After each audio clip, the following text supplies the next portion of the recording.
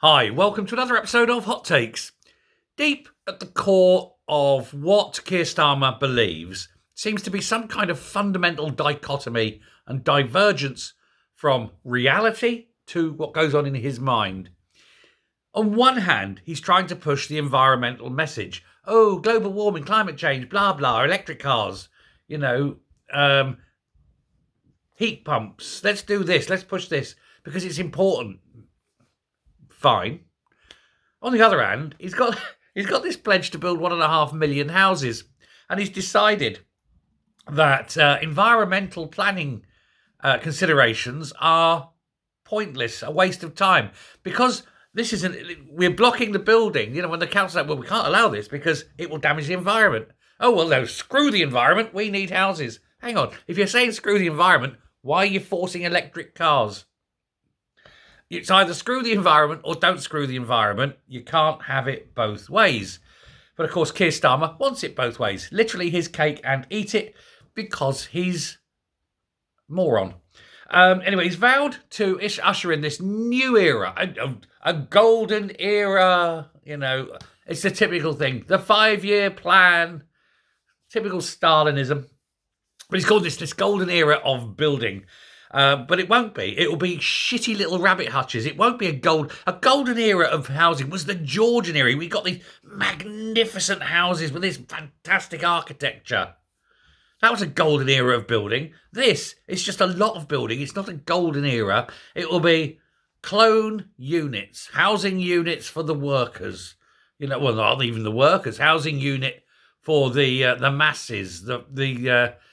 You've got to house the vassals and the serfs, haven't you? And so that's all it's going to be. But of course, up and down the country, you've got these planning officers, and they're saying, "Well, you can't build there because that's got we've got bats, or we've got newts, or and such things, which are protected in law." And it's like Here's the great thing: this is absolutely genuinely genius, right? If you've got woodlands near you, go out and start putting up bat boxes. Seriously, or build bat houses. You can build bat houses. I don't mean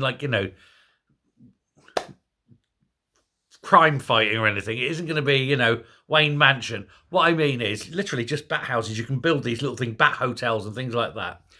And once there's bats in there, they're not allowed to build. It's the best way of screwing it up.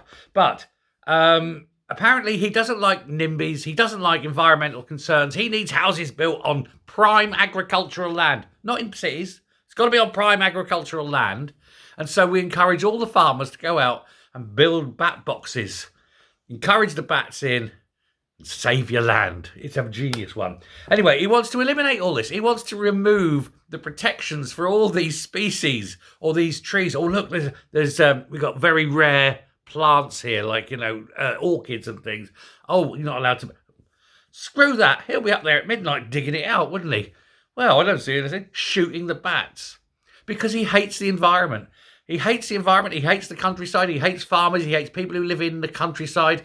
He wants workers, us, work unit. He doesn't even see us as humans, does he? Because he's not human himself.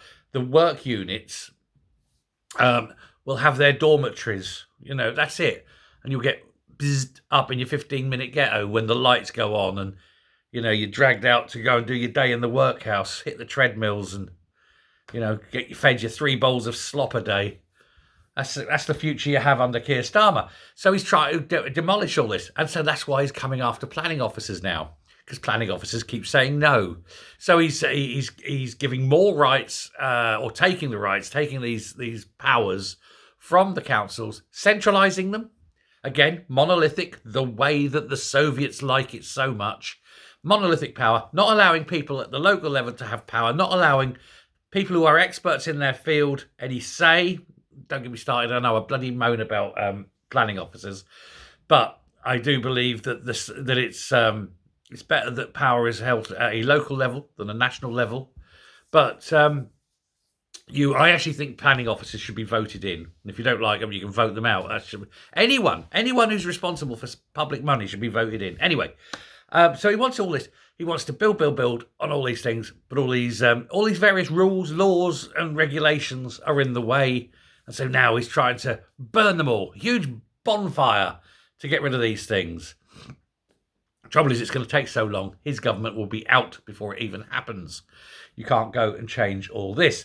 Now, they want to expedite these projects, saying it's in the national interest. Because it's national interest, therefore it can, they say, override both local concerns and current law. They can say, oh, but housing is a national emergency. It isn't. Immigration is a national emergency. Get rid of the immigrants and we've got tons of houses. You know? But of course, that's not what's going to happen.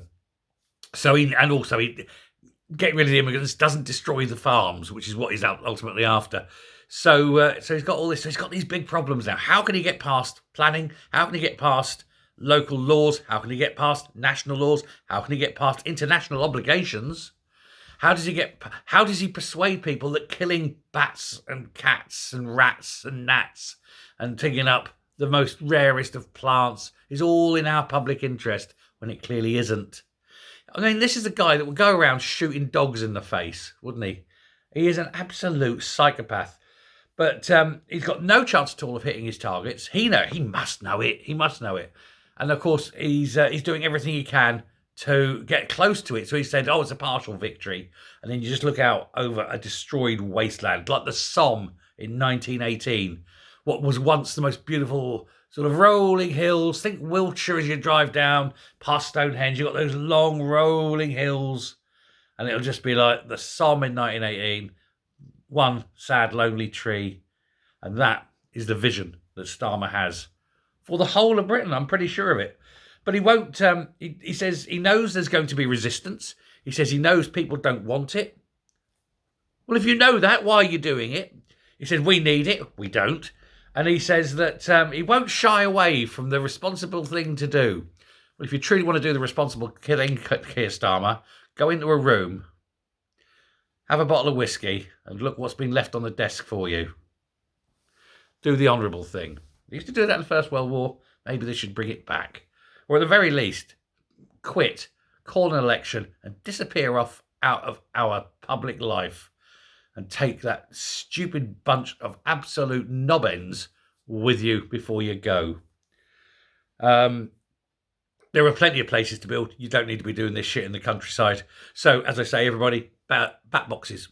Go into your local areas, bat boxes. Get them in, and they're screwed. I think that is just a genius idea. It's not my idea, but I am passing it on. It was a friend of mine suggested it, and I went, oh, yeah. So, there we go. Let me know what you think. Is Keir Starmer completely out to lunch? Do you think he will override the law? And should we do everything we can to resist at all stages? I think I know the answer to that one. Power to the people. Thanks very much. Bye.